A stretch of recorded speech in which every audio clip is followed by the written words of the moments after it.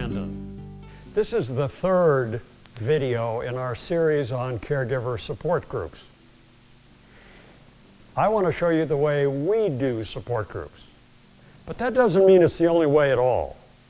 Support groups are very different, and they're influenced greatly by the facilitators that are in the group. Their personalities will come out. Different situations will require longer or shorter groups.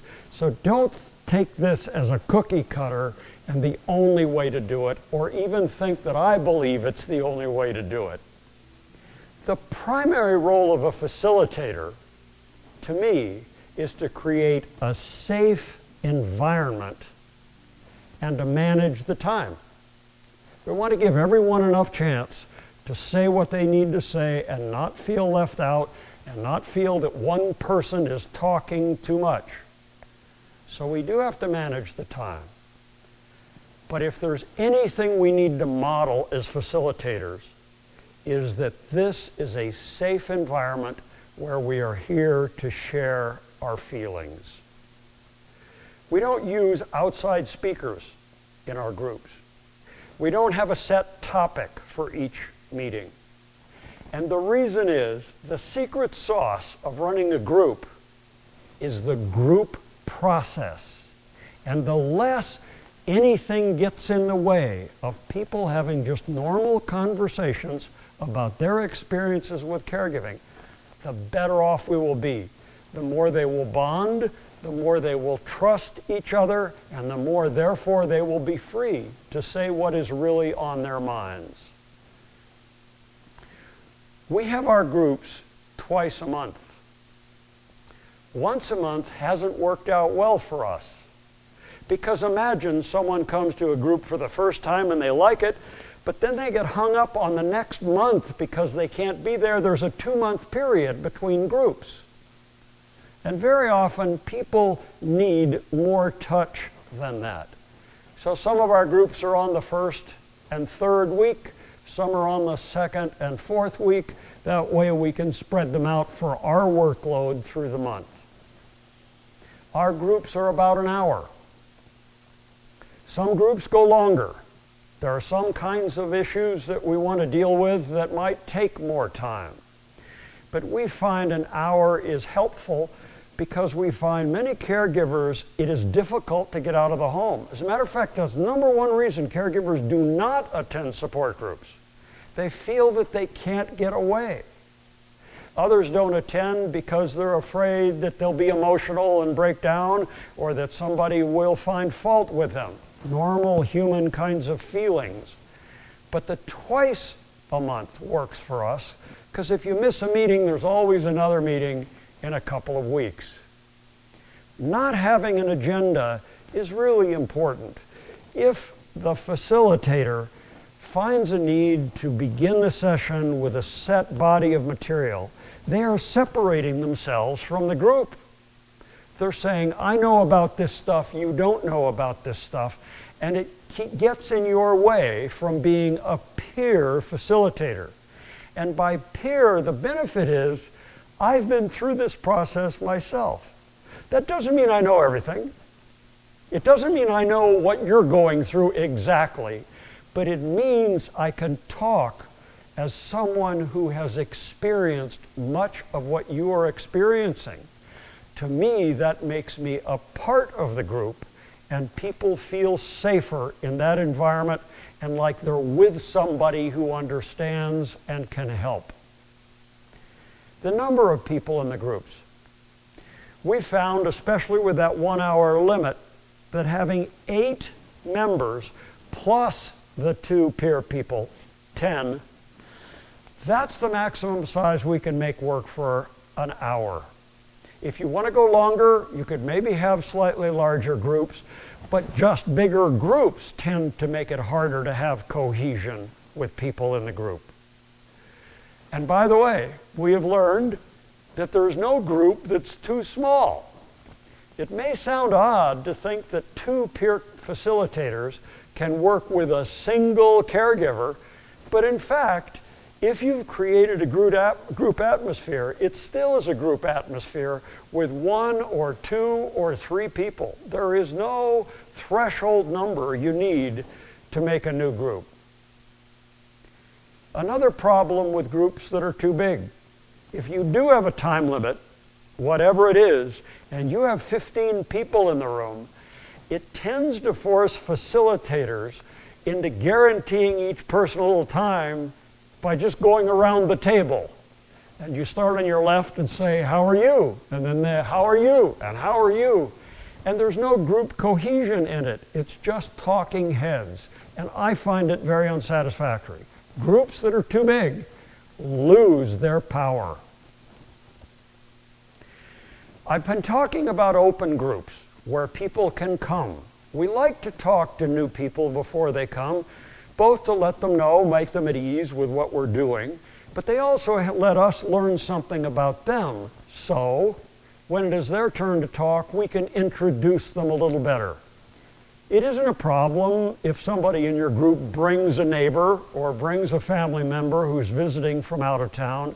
They fit right in, but it's preferable if you can talk to your folks before you have the first group. You'll be loaded on what is on their mind, what kind of issues are they going to be dealing with. Now, closed groups are different. I said ours are open. Closed groups are structured differently, and I want to describe them. We don't use them, but they do have value. A closed group is called closed because individuals have to sign up for a set number of modules and agree to attend all of them. If they miss one, it isn't necessarily a disaster, but they really want to emphasize that there's a set of steps that people are going through. And learning is more effective if you build the steps in a particular order. They may also have some homework, like journaling. Journal what you did this week. Come to the group and spend a few minutes at the beginning of the group going over the journal. Or there may be a specific assignment for the next group, which might be bring a picture of your loved one when they were having a good time with other people. Then everyone brings in the picture, and then you all discuss what was happening there. That's valuable for helping us in grief groups to remember the person as they were when they were happy. This is a closed group, so be sure that if you are bringing people into the group, you have it clear in their minds that it's open. They can come to meetings, they can skip a meeting. Because they have doctor's appointments and other things, they're more flexible. It does, however, mean that you don't know exactly how many people are going to show up. I like to really think it's important to start and end on time. Now, I'm not using a watch. Sometimes they start a little early, sometimes a little late, sometimes they go over. But people will respect it and commit to coming if they know this isn't going to be an all-day gab fest. Actually, meetings often start in a soft way anyway, because some people come early and they gather around and they start talking, and then when everybody's there, you begin the meeting, but it's really been going on. Sometimes groups do have to go a little bit long. For example, when new people come to the group, you must leave more time for them because they have a longer, more emotional story to tell. You will see in that video group the video number 2 in this series, it was a group where a new person came. And so the structure was a little different. I said, well, before you tell us why you're here, let's go around so you can meet all the other people in the room, and then each tells a little bit of their story. So it's useful to be able to do that.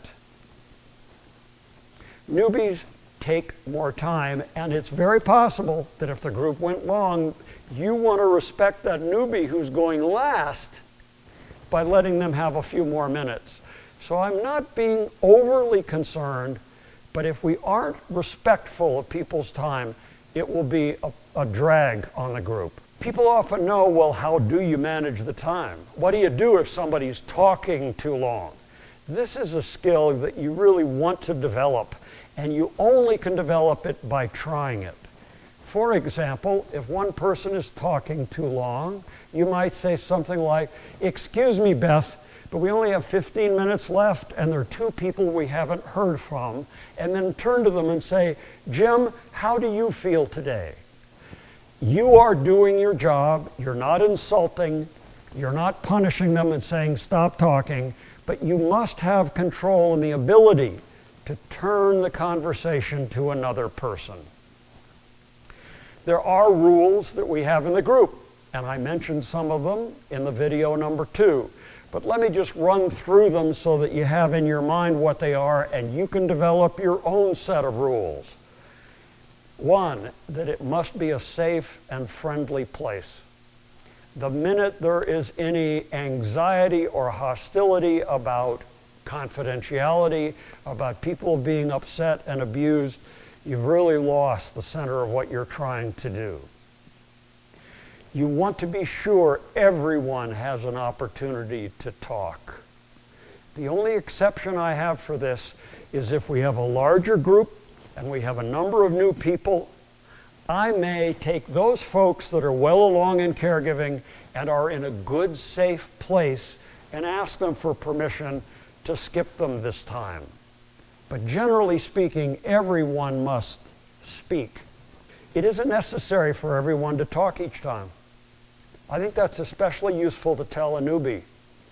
If someone is new, when they come in saying, welcome, let us tell you what each other is like and then why you're here, and say, you don't have to say anything at all. You can go home and think over whether this group is right for you. We don't like to have the idea that people have to perform. Confidentiality is extremely important. There's only one nuance on that. Some of the people in the group will bond. They'll go out to have coffee together. They'll talk on the phone with each other. People become very friendly and support each other.